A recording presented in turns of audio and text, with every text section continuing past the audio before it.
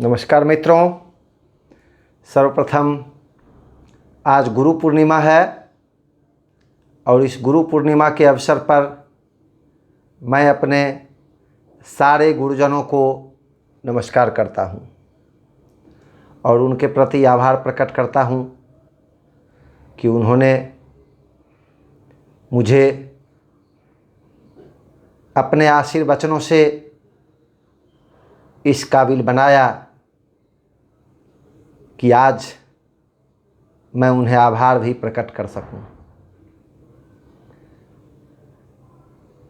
प्रत्येक रविवार की तरह आज मैं आप लोगों के बीच एक स्टोरी शेयर करने के लिए उपस्थित हुआ हूं। आज की स्टोरी, आज की कहानी कुछ इस प्रकार है। एक जंगल में बहुत सारे खरगोश थे।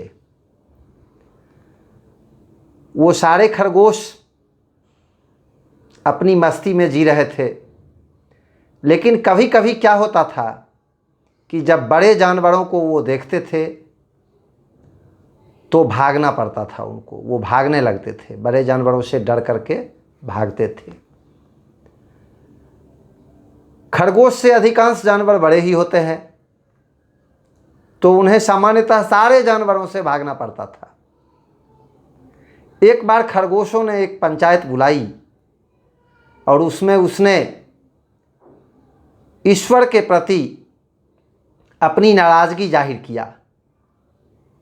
उसने कहा कि एक तो ईश्वर ने मुझे छोटा जीव बनाया और ऊपर से मेरे पाँव, आगे का पाँव छोटा होता है खरगोश का, पीछे का पाँव थोड़ा बड़ा होता है, आगे का पाँव भी मुझे छोटा दिया, जिसके कारण मैं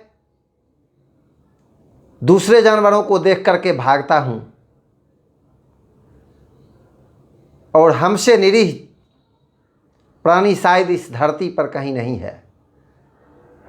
मैं अब इस भागते भागते इस योनि से, खरगोश की योनि से तंग आ चुका हूं। क्यों नहीं हम सब लोग चल करके और एक तालाब में, वहाँ पर एक जंगल में तालाब था, वहाँ डूब करके आत्महत्या कर लें। ऐसा सोच करके सारे खरगोश एक दिन चले और तालाब के किनारे, जब सारे खरगोश तालाब के किनारे पहुँचे तो उन्होंने क्या देखा कि खरगोश के डर से तालाब के किनारे जो मेढक थे वो जल्दी जल्दी पानी में, तालाब में छलांग लगाने लगे। इतना देखना था कि खरगोश रुक गए। उन्होंने सोचा कि इस पृथ्वी पर ऐसे भी प्राणी हैं जो मुझसे छोटे हैं और जो मेरे डर से भागते हैं। ऐसा नहीं है कि भगवान ने मुझे ही मजबूर बनाया है। मुझसे भी मजबूर जानवर, मुझसे भी छोटे जानवर इस पृथ्वी पर हैं। और खरगोशों ने आत्महत्या का विचार त्याग दिया और वापस जंगल आ गए और अपने परिजनों के साथ खुशी खुशी जीवन व्यतीत करने लगे। आज मैं यह कहानी इसलिए लेकर के आया हूँ क्योंकि आज जो पूरा विश्व महामारी के दौर से गुजर रहा है, हिंदुस्तान में ही नहीं दुनिया में मंदी छाई हुई है, आर्थिक मंदी छाई हुई है। और इस आर्थिक मंदी से घबराकर बहुत सारे लोग आत्महत्या कर रहे हैं। तो मेरे मन में विचार आया कि क्यों नहीं एक ऐसी कहानी शेयर किया जाए जिससे लोगों में इस बात, जीने की तमन्ना जगे, जीने की प्रेरणा जगे। तो मित्रों, इस आर्थिक मंदी के दौर में, इस महामारी के दौर में भी आप अपना आत्मविश्वास बनाए रखें।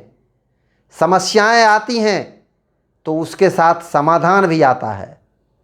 निश्चित रूप से समस्याओं का यह बादल छंटेगा, सूरज निकलेगा और फिर से मानव जाति और मजबूत होकर अपना आर्थिक उन्नयन करेगी, अपना सामाजिक उन्नयन करेगी और फिर हम उसी तरह जिएंगे जैसे पहले जीते थे।